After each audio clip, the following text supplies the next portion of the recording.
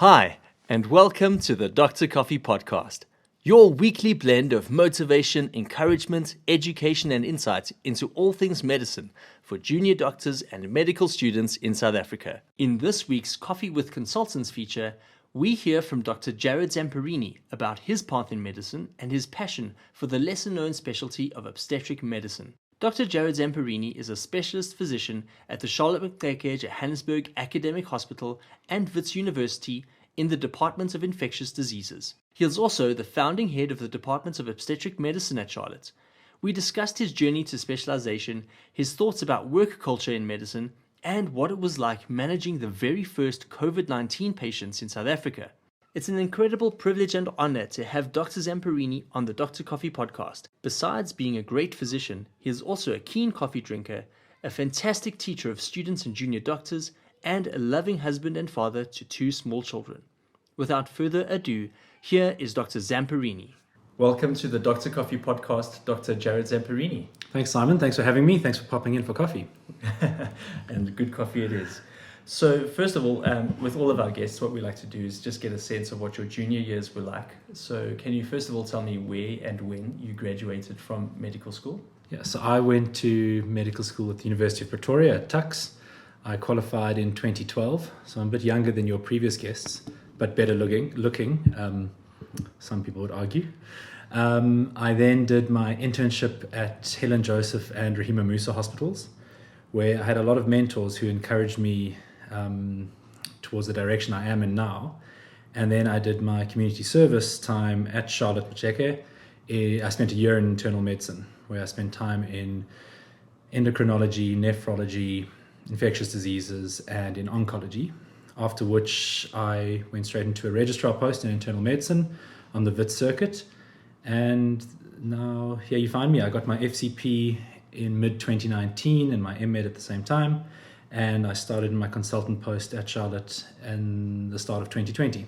Wow, so you summarized 8 or 9 years all in one go there. I did. So when you did your ComServe, you actually ended up doing a lot of things. Was that by choice? Was that design? So a bit of both. During my internship, I had 2 loves. I did obstetrics at Rahima Musa, and I had an amazing registrar who just really inspired me. And I thought at the end of that, jeepers, I'm doing obstetrics. This is for me. I ignored the fact that I'm a bit clumsy with my hands and I'd probably be a terrible surgeon. But that was it. I was going to do obstetrics. And then my next rotation was internal medicine, where I realized that actually what I probably loved about obstetrics was the endocrinology, the infectious diseases, the medical side of things. And in that first year of internship in internal medicine, my head of my unit was Dr. Zamprini Bayat, who's now the head of medicine at Helen Joseph. And I went to him and I said, look, I want to do internal medicine. What do you recommend? And he actually suggested that I apply to Charlotte for my community service. And as the stars would have it, everything aligned and I ended up getting my ComServe post here. Then we were allowed to request what we wanted to do. And so I requested internal medicine, and then we worked. It was a bit of a strange system at the time. We worked during the day as registrars. So we functioned as registrars in each unit that we were in. And then at night, we still did intern calls. So it was this bit of a weird system. Model. Yeah, it was a bit strange. So until 4 o'clock, your colleagues, you were chatting to each other about consults and, coming up with things. And as soon as the clock hit 4, you were suddenly the intern on call, which I won't lie, some of the registrars abused. But, we enjoyed it. We wanted to do medicine. We did whatever we could. And then, during my community service, a lot of my mentors in this hospital still, who I now work with, encouraged me to write my Part 1 exams and to do my HIV diploma, which all happened in the space of 6 weeks. My wife is a saint for putting up with that. But all happened in the space of 6 weeks. Got my Part 1s and my HIV diploma, and managed to write a case report and do a bit of research at the same time, which all Wonderful. Added to my CV when I applied for a reg post. Oh. And then got into the reg post, which I'm very grateful for. For the benefit of those listening, it sounds like you loved where you were working. Was that because you had worked in them before? I mean, you came from University of Pretoria, then came to Wits Circuit hospitals. Yeah. Had you made a decision that you wanted to be Joburg based? Yeah. So, yeah, we in Pretoria we had a system. I don't know how they actually work in final year at Wits, but where we did a number of mock rounds for where to go for internship. And from the start of the mock rounds, I decided I was going to be a Barra intern, and applied for Barra. There were maybe 5 of us for the 15 posts at Barra. And then one weekend, a friend and I drove through to Joburg, and we met friends of ours who were the year ahead of us outside Ward 20. And they just, both of them looked like they had shell shock. Oh, wow. And the one said to me, "No, it's great. I haven't had a weekend off for 6 weekends, but now I'm going to, and I'm so excited about it." And we drove out. We were quiet from the gates of Barra to about the M1. And we both just looked at each other, and I ended up then applying for Helen Joseph, and he ended up applying for somewhere in Durban. But yeah, I think things have changed a lot over the years. I loved my registrar time at Barra. It's a wonderful place to do training. Definitely in internal medicine. I think as an intern as well, you get a lot of experience there. That's not to say that other places aren't excellent for internship. Joburg was always the choice. I think it was a lot to do with my wife, my girlfriend at the time. We decided we were going to try and get to Joburg. And yeah, that's how we ended up here. Yeah, awesome. You mentioned you got your FCP, and also I think you mentioned you did some research. You got an M.Med. What was your M.Med focused on? So that was by the end of Reg time. My M.Med was looking at fibroblast growth factor 23 in patients with familial hypercholesterolemia. So it's really, I've jumped around a lot. I never really knew what I wanted to do in internal medicine specifically. Well, I did know, but then I kept changing my mind. Was that a topic that was kind of given to you, or was it something you saw a gap, or was it something you were particularly interested in? So I really enjoy lipidology, and I love lipids. And so I went to Professor Rahl, who's the world's expert on lipidology, and I said to him, "Look, I've got an idea for an M.Med." And he looked at me like, "Jeepers, you're crazy. That's a terrible idea." I can't even remember what the idea was. But me, the unseasoned researcher, going to the professor of medicine with the topic, and he said, "Look, why don't we do this?" And so he gave me a topic that he'd been looking at that there were a lot of questions about. And it was wonderful to do because, doing the research with such a seasoned researcher gave me a lot of experience and a lot of help in getting there. So from starting out, writing the protocol, doing ethics applications, getting funding, it was very insightful, and it's all things that I've used to this day. A lot of our COVID research, the experience that I had from my M.Med was very useful. And I think, people often wonder why you have to do an M.Med, but all of medicine ends up being about research. There's the common and garden. We know how to treat a pneumonia, but we know how to treat a pneumonia because someone did the research. Wow, yeah. and wrote the guideline. And I think to have those research skills, it doesn't mean you're going to end up being a researcher, but you are going to be able to sit down one day in front of PubMed and put in a search string that matters, that you can get the information you want for that condition that isn't just a guideline based 1, 2, 3. As medical students and as junior doctors, we often don't know what we don't know. And to hear somebody explain very clearly the benefit, it helps you to push through when you're doing that research reports as undergrad or your M.Med. Exactly. You appreciate the value that it's going to have at the end of the road. You have touched on a little bit what your speciality is, but I'd like to hear from you, to describe to us what is it that Dr. Zamparini does. Yeah, so I'm an enigma, I will admit. When I started in my post, to rewind, when I was 5 years old, I decided I was going to be an oncologist. My grandmother died of... Specifically an oncologist. Oncologist. Yeah. Oncology was for me. My grandmother died of metastatic melanoma, and I was 5, and I remember thinking, no way. And I was going to be a doctor from that age. And then got to university and realized oncology is probably not for me.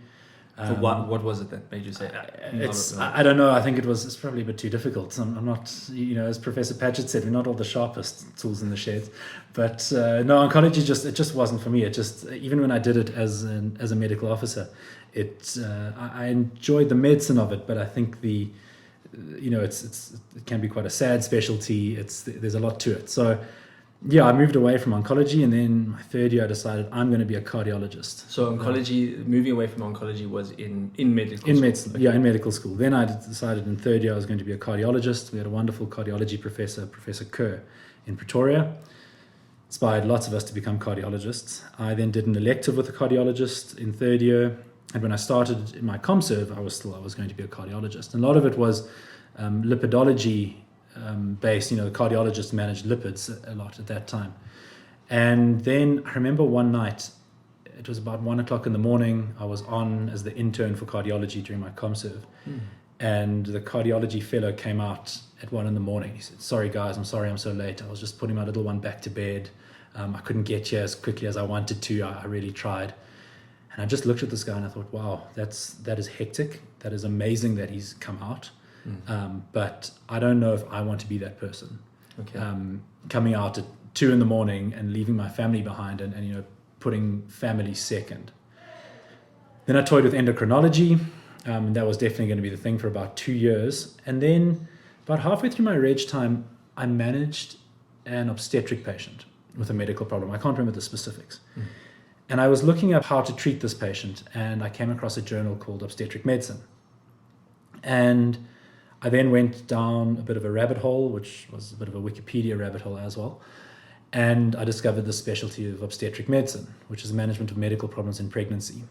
And it's an established specialty in the UK, in Australia, New Zealand, parts of the US, in Canada, where internal medicine specialists, so specialist physicians, manage medical problems in pregnancy. So they don't deal with any of the pregnancy issues per se, but any medical problems. So pre-existing, so you're hypertensive, you're diabetic, you're a patient with hypothyroidism who falls pregnant, or arising in pregnancy, so preeclampsia, gestational diabetes. So the scope of your patients, does that include, when you say obstetric medicine, does that include post-delivery of babies, so outside of the period, like after the 6 weeks? So it's actually everything from preconception to postpartum. So somebody with PCOS who's struggling to conceive might come to you. Exactly, or someone with lupus. Yes. They're on a number of teratogenic drugs. How do we optimize their drugs before they fall pregnant? So I came across this and I thought, this is amazing. This is what I want to do. As I said, I wanted to do obstetrics at one point. And I spoke to two of the consultants here at Charlotte. They both looked at me like I was a crazy person. Like, why would you want to do that? That's mad. I thought, oh, okay. Was it mad because it's combining two different specialties in one? Physicians, on the whole, don't enjoy managing obstetric patients. It's different, it's complicated, not everything is as straightforward as it might be. But isn't that true of all internal medicine patients? It is, but it's the pregnant patient with hypertension is different to the non-pregnant patient with hypertension. I suppose within that non-pregnant class of patients, there's the elderly patient, the younger patient, but I don't know, pregnancy scares people. It's an unknown. It's, is this drug safe? It's a lot of the time, is this drug safe? Can I scan this patient? Can I do an X-ray? Sure. Can we do this? So these consultants said to me, no, you're mad. You don't want to do that. I thought, oh, okay, that's fine. Well, endocrine's got a lot of pregnancy in. I still enjoy endocrine. Then I did rheumatology at Barra as a reg, and I loved it. I really enjoyed rheumatology. And I thought, okay, this is also young female patients. There's definitely overlap here. And I finished my exams. And I said to a senior consultant, this is, what, I enjoy rheumatology, but I think I'm going to do obstetric medicine. And he really broke my spirit a bit. He said, that's mad. That's, it's not a good idea. It's not something you can do. Your friends are all going to do subspecialties that are recognized, and you're going to be left behind as a general physician, trying to make a specialty. I thought, okay, well, that's fine. I hear what you're saying. I'm going to do rheumatology. Mm-hmm. And there was a rheumatology post opening up at Charlotte in July of 2020. Okay. And I approached Prof. Muhammad because I knew... This was during the height of the COVID This was end of 2019 that we were planning, that I knew this was coming up. And So COVID wasn't a reality yet. Exactly. No, it wasn't even on our radar. Yeah. And I approached Prof. Muhammad and I said, look, this is what I want to do. And he said, well, there's a post... open in infectious diseases. It's a 6-month post. There's always, the post that I'm currently in has always been around. It's sort of been a filler post that, there's been a neurologist in the post, there's been someone who's now an oncologist in the post. So he said, just fill the post for 6 months and while you work towards applying for a rheumatology post. There's no such thing as a free lunch. I had to do the work. Yeah. And then in March 2020, I was the consultant on call for infectious diseases. And the first COVID patient came in to Charlotte. And so then I ended up, COVID happened. There was a lot of COVID, but I actually didn't mention, now that I think about it, I mentioned to Dr. Stacey, my head of department in infectious diseases, that I enjoy obstetric medicine. And she then told Professor Mohammed, the head of medicine here, who called me in one day. He said, "What's this about you wanting to do obstetric medicine?" And I thought, oh, here we go again. Another consultant is going to tell me I'm crazy. And having met Professor Mohammed, you can understand this, and I'm sure the listeners, having heard his podcast, he was like, "This is brilliant. We need this. This is forward thinking. Let's do this." Yeah. Wow. And I'm forever grateful to him because he has encouraged it. He has built it. He has given me assistance so that I have less infectious diseases duties so we can build up the unit in obstetric medicine. And I don't want to say head the unit, but we're building the unit. We're building the obstetric medicine unit. And we're getting busier. We see a fair number of patients. We join the obstetric high care rounds. We co-manage 2 clinics with them. Tremendous. And it's been a big thing. And then in addition to that, we've started the Society of Obstetric Medicine in South Africa. And we are affiliated to the International Society. And I think COVID was brilliant in the sense that we all did online meetings and we got to meet these people from overseas which has been wonderful. And yeah, that's how we get to where I am now. So there's 2 little rabbit holes I'm going to take you down. Sure. First of all, with regards to COVID-19 and asking you what it was like in those early days, seeing the first COVID-19 patient and things like that. And then maybe we start with the second question, which is now that it's establishing here at Charlotte, do you think other hospitals, you mentioned Helen Joseph and Rahima Musa, it makes sense that there should be a consultant obstetric medicine physician at Rahima Musa with the number of patients they manage and the disease profile they manage? Absolutely. So when I started off, I was doing rounds once a week at Rahima. And then it just got busy here that I couldn't keep going that side. And it's definitely, it's the estimate is that you need 10,000 deliveries a year to sustain one obstetric physician. Oh, wow. Charlotte, we do about 9,000 before the fire. Rahima Musa, as far as I know, it keeps going up, but it's between 14 and 16,000 a year. So they have a greater need than here. They are so busy at Rahima. Barra does about 20,000 deliveries. Our cluster hospitals together do another 10,000. So there's a definite need. And if you look at the maternal mortality stats in South Africa, the biggest cause, just on 50% of maternal deaths are due to medical causes. Yes. Your major cause of maternal death in this country is non-pregnancy related infections, of which the majority are related to HIV. Yes. Your second most common cause is hypertensive disorders in pregnancy. Yeah. And then, obstetric hemorrhage comes in and your primarily obstetric problems. Yes. But then you get medical and surgical disorders where everything is lumped in: cardiac disease, respiratory disease, neurological disease. So there's a definite need. And the way we're moving is we're doing what high income countries did 20, 30 years ago, where obstetric causes of death are coming down and medical causes of death are going up. So our obstetricians are brilliant. They can manage obstetric hemorrhage. Antepartum, postpartum hemorrhage isn't as much of a problem. It's still a problem, don't get me wrong, but it's not as much of a problem as it was before. But now we're seeing, patients becoming pregnant at older ages. So, someone has the pre-existing hypertension, has the pre-existing diabetes when they fall pregnant, and these things are coming to the fore. And if you look at our maternal mortality stats, we're sitting, in 2019, we were on about 99 per 100,000. So 99 deaths per 100,000 pregnancies. Whereas the UK is on about 8 per 100,000. The US is 19. So we've got a long way to go, but we've made huge strides since they started reporting in 98. But when I think of hospitals like Rahima, it's a specialist mother and child hospital. They don't have an internal medicine physician just on hand to consult. Whereas here at Charlotte, it's a short walk from Block 5 to Block 1. Yes, they do have Helen Joseph, but the point being that with the number of patients they should have, that they have, as good as those obstetricians are, it's helpful to have somebody whose bread and butter is managing these medical conditions. Absolutely. Simon, it sounds like you've been sitting with Amy Wise, who's the head of obstetrics at Rahima. She's going to be on my case if she hears this. But I think everyone needs an obstetric physician. I think the whole cluster needs a few.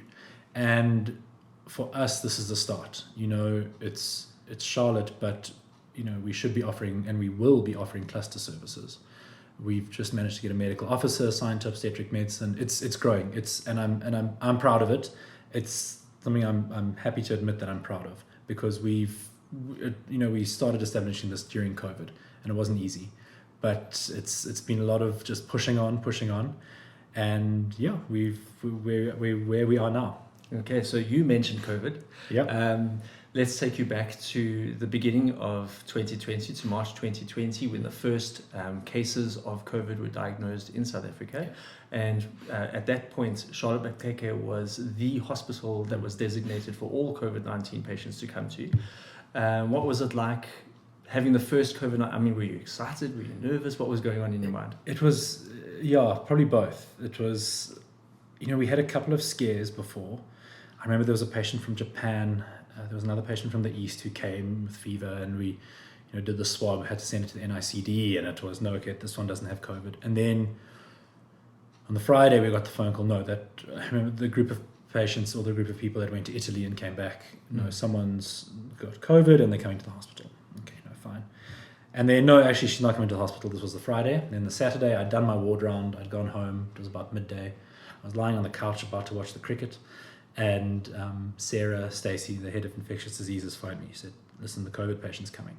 Are you fine? I said, I'm fine. I'll go in. I'll see the patient.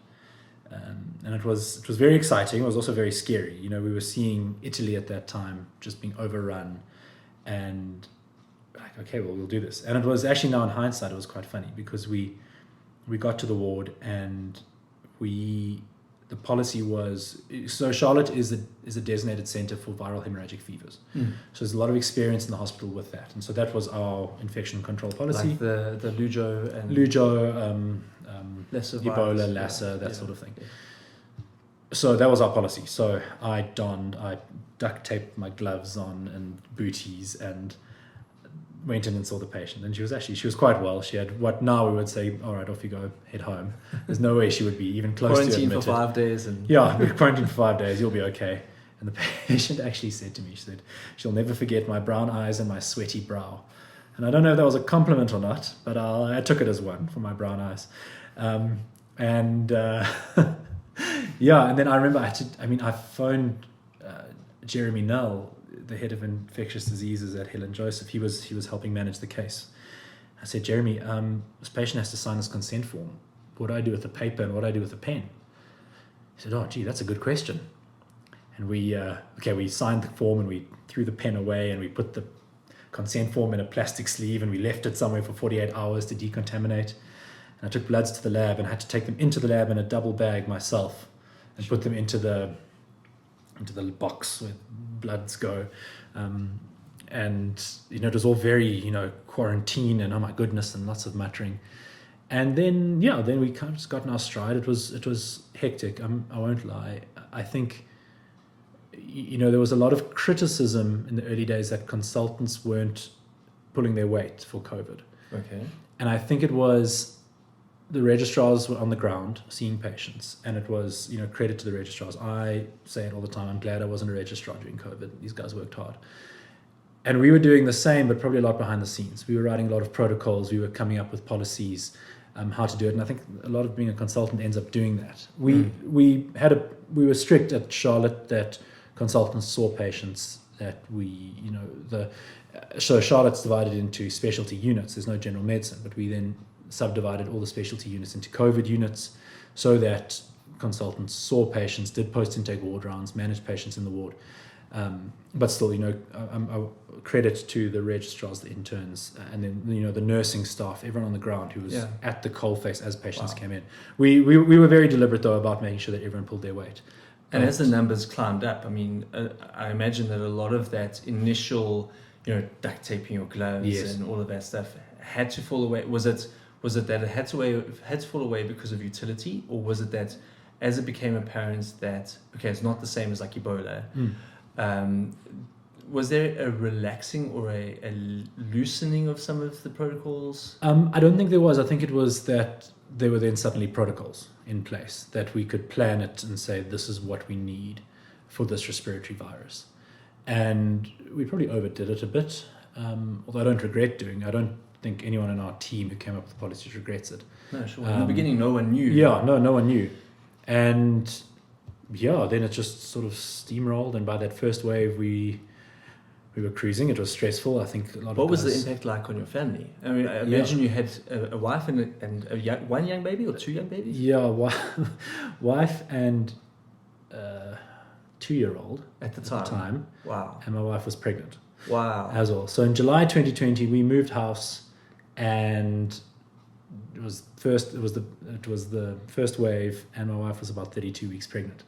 So it was hectic. It was hectic, and it was just so much unknown. Everyone did it. I'm sure anyone listening will remember. We did the naked run to the shower. Yeah. So sleep in the garage. Away from strip everyone off in the else. garage, clothes straight in the washing machine. Don't touch anything. Yeah.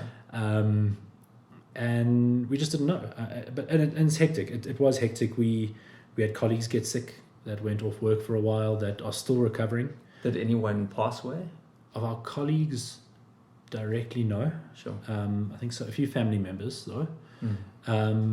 But when you start seeing your colleagues get sick, then it gets quite scary. It gets quite real. And family members as well. It gets quite real. We are so good at compartmentalizing that, okay, this is work and this is home, and suddenly the two were just smashed into one, and you couldn't compartmentalize. And I think that's where a lot of burnout came from COVID. So now post-COVID, do you think that our healthcare system is better for it? Do you think it showed up some of our flaws, and do you think we've fixed some of them, or what's... Oh, Simon, you're asking the difficult questions. I need more coffee. I think what it showed us is that healthcare providers, I don't like the term healthcare providers, it feels very impersonal, but lumping in doctors, nurses, everyone, when the time comes, we can work together. And you look at Charlotte, where we had the silo mentality. Cardiology managers, cardiology patients. Infectious diseases managers, infectious diseases patients. Oh, you've got your thyroid is off, you've got hypothyroidism. Oh, better call endocrine in, and endocrine needs to manage it. And suddenly you have a patient being managed by 3 or 4 different specialties. Where in COVID, it was, hey, listen, can you see that patient? We've got 10 patients, you've got 8. Do you mind taking on the extra one? Sure, no problem. Hey, can you cover my call? All right, I have COVID, I'm off sick. Do you mind picking up the slack? And when the sort of muttering, as always does, comes in, oh, this person's on sick leave. It was, you might be down in 2 weeks' time, and they're going to cover for you. And I think it exposed the flaws in medicine of doctors are infallible. No, infallible is the wrong word. Doctors are invincible. It's a case we can't get sick. No, doctors can't get sick, and physician, heal thyself. Exactly. So I think that invincible thing fell down. We had the whole thing at the start of COVID. Doctors are heroes, healthcare heroes. Skip the line at Pick and Pay, and suddenly the doctors were getting sick as well, and you had to take the time off because it was the law, and you had to actually take time off. Whereas before COVID, if you got sick and you phoned in, listen, I'm sick, it was, oh, okay, are you really that sick? Are you sure you can't come in? Now the team has to pick up the slack. Yeah. And I think that's terrible. I think this culture of weakness must be, there must be no weakness. You must push through and you must work. And I don't know where it comes from, but I think COVID has helped get rid of that. So from where I am now as a junior doctor, I think that there's 2 parts to it. One is the sheer burden on doctors and nurses and medical professionals, healthcare providers, for want of a better term, that when somebody isn't at work, it is an extra burden. And that's why there's that hesitancy and that reluctancy. But now I think as you said, the conversation has moved to a point where we're like, why did we insist people come to work when they had flu? Because the R0 value of flu is higher than COVID. Simon, not even that, thinking about getting your colleagues sick or infecting your patients or something. It's just yourself. I had a kidney stone between my written and my clinical exam. And I remember lying in hospital and I was in agonizing pain. And the fentanyl or morphine or whatever wonderful opioid I was given ran in, and I suddenly felt fine. I had no pain. And I turned to my wife and I said, I'll be fine to go to work tomorrow. And she looked at me and said, are you mad? You've got a kidney stone. I said, yeah, but I'm feeling better. And this was a Sunday. I said, I'm on call on Tuesday. So if I go in tomorrow, I can just see my patients and I'll be ready for the call on Tuesday. And she said, are you out of your mind? And then I went to theatre and had the stone removed. And I think, I don't know how R-rated this podcast is, Simon, but when you're peeing blood, a lot of perspective changes. Yeah. I thought, maybe I can't go to work tomorrow. Then I got some more of the wonderful opioids and the pain was gone. I thought, yeah, I'll be fine to go to work. But I was sitting there, feeling bad that I'd have to phone the second on call. Or at the time I was at Barra and we had a backup on the roster. And I was feeling bad that I had to ask the backup to do the call. Sure. When I was literally lying in the worst pain of my life, peeing blood. And it's to think about it now, it's crazy. When in COVID you had a bit of a sore throat and a cold and you were sent home for 14, 10, 7 days as it went down.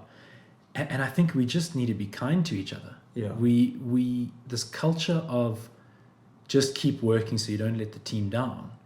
Instead, it should be let them rest so they get better and can be at full health, and we can help each other instead of letting each other down.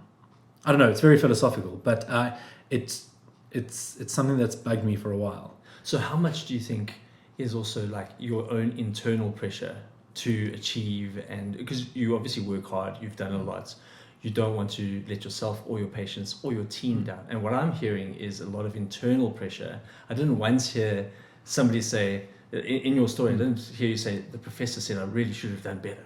Yeah, I think it's all of us though. It's probably from primary school where you get the he was at school every day of the year. At the bottom of your report, yes, it says the number no of days. No sick days, absent. exactly. No, so I mean, I think it's obviously it's me personally as well, but it's throughout medicine. It's the muttering about someone not being at work when they're not at work, and that when your colleague isn't around, you mutter about them, and so when you're not around, they're muttering about you.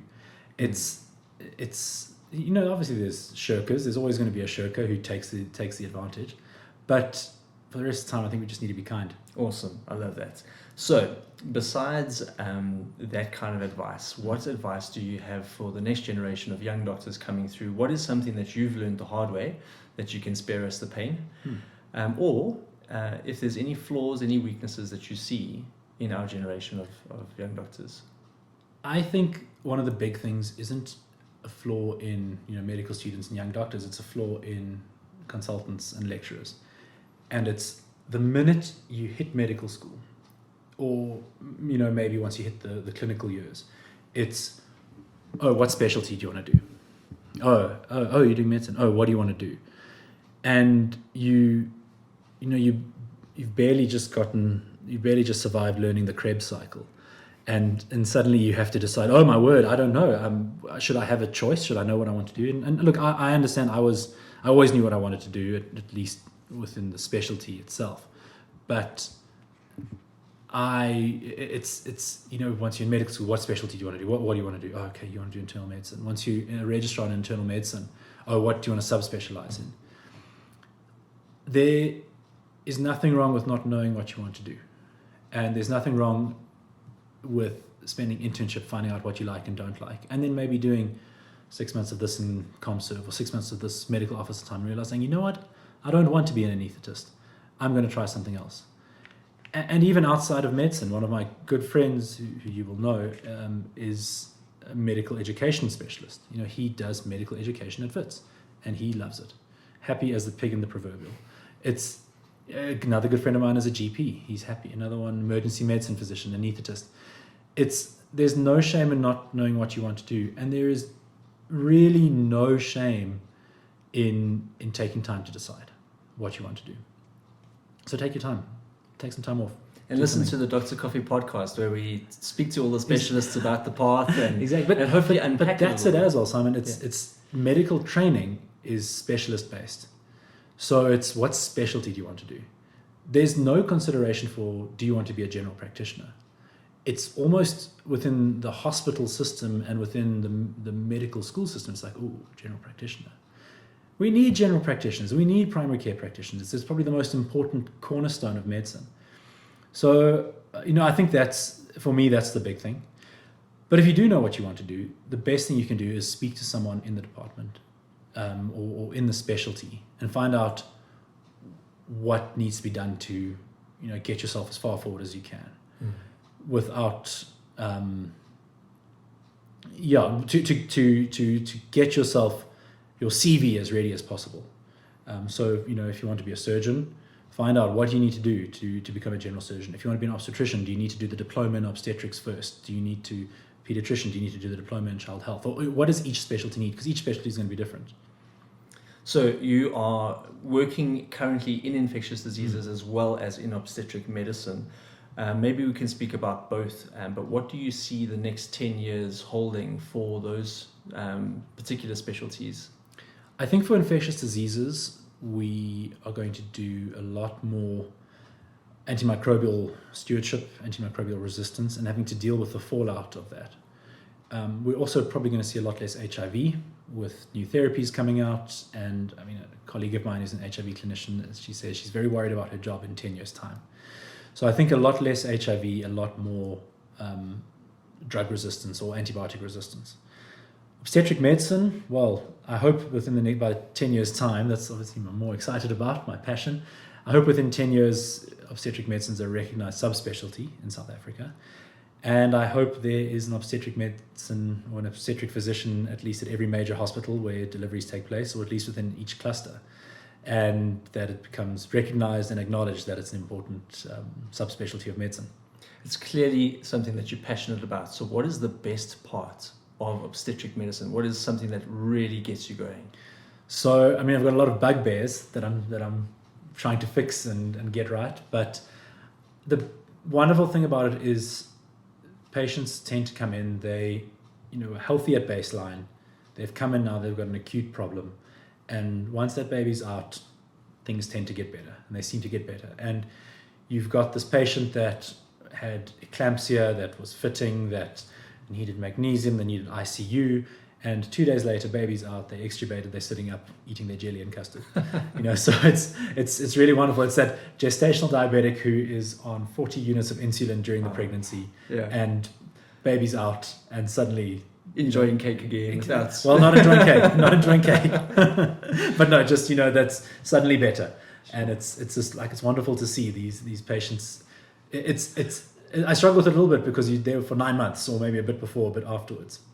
But it's quite unlike a lot of other internal medicine problems which have a kind of chronic trajectory, in that it can resolve so quickly and you can see that turnaround, which is fascinating, that you are seeing patients, like you say, for that 9 months, and the cure really is just delivery. I'm always jealous of the surgeons who see the problem and cut out the problem, as opposed to us physicians who just tick the form for all the blood tests and write all 100 medicines up. So it sounded, when you were describing the journey to your speciality and the grassroots and the seed that was planted, it sounded like all of this was going on while you were in the stages of developing your own small family. How has being a father impacted the way that you see medicine, and specifically obstetric medicine? So I think medicine, I think you realize how important your family is, and how, this is harsh, but how replaceable you are in medicine. You, as much as your colleagues might like you, and you may be friends with some of your colleagues, you, at the end of the day, you are someone filling a post. And I know that's harsh, and I probably sound a bit of a downer, but your family is always going to be there for you, or hopefully they're always there for you. And I think we need to, it's the same thing as, the sick leave and pushing ourselves. Maybe you need to take that early day once in a while. Don't shirk, don't let your colleagues down, but take that early day, take your kids for ice cream. If you have a family, it's to get out there and just, do something outside of medicine. I was listening to your podcast with Prof. Paget about compartmentalizing. My wife, we met at varsity, and so she kind of grew up with me and my friends, and she sort of learned medicine as we learned medicine. And we'll often go out for dinner and we'll start talking about medicine, and she'll be like, "Hey, enough, stop it, no more medicine, talk about something else." Very good. And you realize, jeepers, that's like, we've been sitting here, we're not talking about the rugby or how we're going to beat New Zealand this weekend, or other things that we're passionate about. I can't remember what the second part of your question was. So, being a dad, how it shaped obstetric medicine. I think what I'm trying to get at is, has it, I can speak from my experience, seeing my wife go through 3 pregnancies, that I was just in awe of the whole process of growing a human life within her, and seeing the changes that she went through and the challenges she went through. She really earned earned her stripes, and I just think that maybe there was something that you saw that changed the value of obstetric medicine for you. Maybe that was something that I was hoping that there would have been like a blinding light moment where you're like, I can be this for somebody.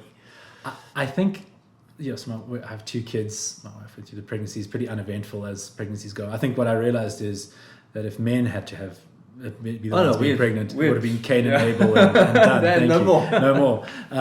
So I think that's the thing, and I think pregnancy is amazing. It's amazing what the human body can do. It's amazing what can go wrong as well. Yeah. And I think from being on the other side, from standing at the end of the bed to being next to the bed, you realize my wife's obstetrician was wonderful, and he's a great guy, and you realize how much you stand at the end of the bed means to the patient. That patient might be the one you're seeing for 5-10 minutes today of your 30 patients that you have to get through. But for that patient, you're the doctor they're going to see today. And that 5-10 minutes means everything. So when you're seeing your patient, don't think of the pneumonia in A5. Think of Mr. Smith who has pneumonia. Don't think of, you're treating a human being. Treat a human being, not just a pathology. It's not just the hypothyroidism in cubicle E. It's for that patient, as much as they are one of 30, 20 patients, whatever, however many you're seeing today, you are what they are there for. Which is a difficult balance to have that human aspect, that relational aspect, taking into consideration all of their psychosocial stresses, but then also holding on to your objectivity. Yeah. Simon, just... Morning, Mr. Fraser. How are you? Use the patient's name. Start as a medical student. If you listen to this, don't just, when you're standing at the bedside and you say, this is a 52-year-old male patient, say, this is Mr. Kladi. He is a 52-year-old male patient from Alexandra. It's to the patient you're personalizing. You're personalizing. They're a person. Yeah. They are not a pathology in the bed. And it's something we do badly in the academic hospitals, especially. So I think that's what I gained from that. It's sitting next to the bed, and that doctor comes in. You've been waiting for them all day. Oh my gosh, can I go home today? Or can we take this medication? I was wondering about this. The babies didn't sleep very well. Is it okay? And for that doctor, it's yes, of course. Just do this, and then next patient. But for the patient, it's wow. Thank you so much. Wow, tremendous. Yeah. So medical students coming through university now, what kind of resources should they use if they want to study obstetric medicine? Should they focus really hard on obstetric block and internal medicine block, or are there podcasts? Are there any resources you can advise them on? So, we're a very new specialty. It's a bit more established overseas. There is an Oxford Handbook of Obstetric Medicine. There's a Handbook of Obstetric Medicine. Here they are, my Bibles. Then there's a journal called Obstetric Medicine, the medicine of pregnancy. There's a lot on Twitter with obstetric medicine. I find Twitter amazing for that. I try and cut out the vitriol and just stick to that. And there's a lot of obstetric physicians from overseas who post quite a bit on Twitter. I find to give them a shout out, mention some handles that we should follow. So let me think about them. So Charlotte Fries, who wrote the Handbook of Obstetric Medicine, Catherine Nelson-Piercy, who's the doyen of obstetric medicine. They're both on Twitter. Lisa Marie Wiem, who's a colleague of mine, was in Pretoria, has just moved to London and will be coming back. Lisa Marie, if you're listening, you are coming back. She does that. The other one, there's something called ObsMed Ed, which is a UK-based podcast, a Twitter handle that tweets a lot about obstetric medicine. A couple of others that I'm not prepared, Simon. I'm not prepared. No, already you've. I'm sure if we just look through those people's followers and their mentions and stuff, we'll see lots of resources. This has been a fantastic conversation. I've learned so much from you. It's been great to get to know a little bit more about obstetric medicine, but also about your journey in medicine.